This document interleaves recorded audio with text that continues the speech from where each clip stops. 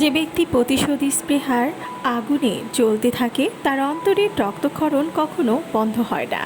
লোক তার সঙ্গীর স্বভাব চরিত্র দ্বারা প্রভাবিত। অতএব সে যেন খেয়াল রাখে কার সঙ্গে সে বন্ধুত্ব করছে।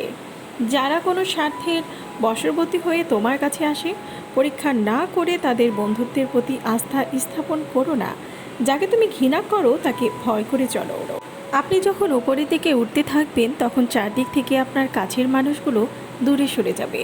আবার যখন আপনি শীর্ষে পৌঁছে যাবেন তখন চারিদিক থেকে সবাই আপনার বন্ধু হতে থাকবে। সর্বোৎকৃষ্ট আয়না হলো একজন পুরনো বন্ধু। শত্রুকে যদি একবার ভয় করো তবে বন্ধুকে অন্তত 10 বার ভয় করো। কারণ বন্ধু যদি কোনো সময় শত্রু হয় তখন তার কবল থেকে মুক্তি পাওয়া সম্ভব হবে না।